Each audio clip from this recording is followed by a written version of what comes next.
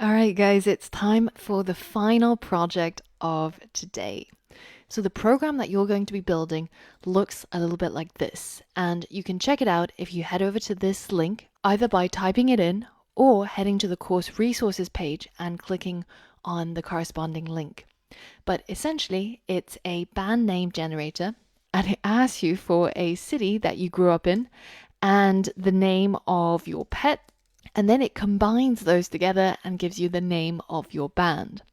There's a couple of things to note here. Firstly is notice when this input got triggered, the cursor actually showed up on a new line. So if I run this again, you can see it says, what's the name of the city you grew up in? And then the cursor is on the next line. And what I want you to do is to go ahead and head over to this starting project. So this is the URL, and it's also, of course, in the course resources. And once you head over here, you can fork this code and complete your own version. So there's a couple of steps in here as hints. If you don't want to see these and you just want to go by the end project, you can also just delete all of these. But the important thing is once you've completed this project, it should work exactly the same as the one that you see here. And in order to do this, you're going to have to apply everything that you learned today, including printing, inputs, variables, new lines, string manipulation, debugging, and a whole lot more. So this is the time to grab yourself a cup of tea or coffee, pause the video, and tackle this final project. All right, guys, I hope you gave that a go and you were able to complete it. If you want to see how I've implemented it, or if you want to just check to see if you have any errors, or if there's something that you're unsure about, then continue watching and I'll go through the solution with you. The first step is to create a greeting for your program. In our case, it says, welcome to the band name generator. So that's exactly what I'm going to create. And we print these messages using the print function. So I'm going to say, welcome to the band name generator. And this, when I run it, will just print that message. Now the next step is to ask the user for the city that they grew up in. So in order to get some input from the user, we'll need, of course, the input function. And we're going to ask them using the prompt, which goes inside the parentheses, which city did you grow up in? So now when I hit run, it's going to ask me for the city that I grew up in, and I'm able to add a reply, like so. Now that data is just going to be lost to thin air unless I capture it and I give it a name. So I'm going to have to create a variable to hold on to the data that the user inputted.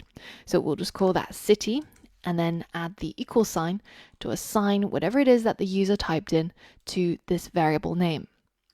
And now I have access to this city variable and I can print it or use it later on if I want to, like so.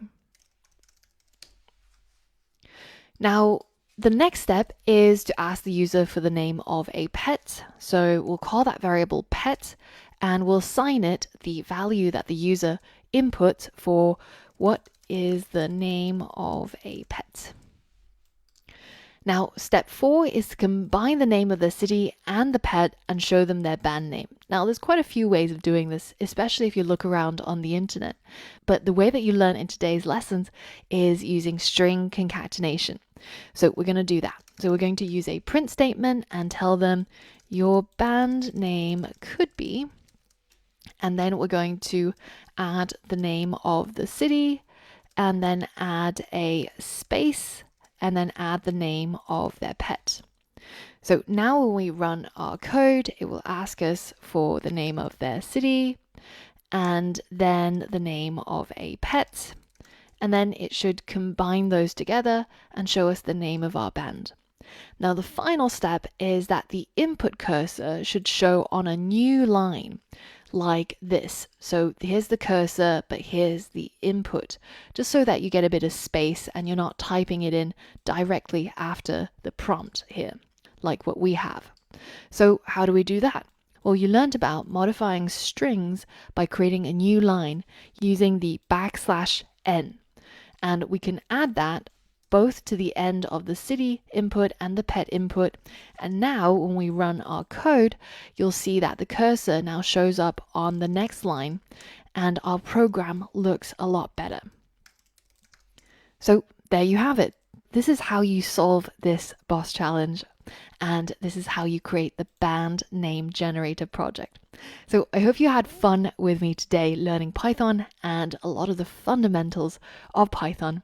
And tomorrow I've got another jam-packed module of really awesome tutorials and code challenges and projects for you to sink your teeth into.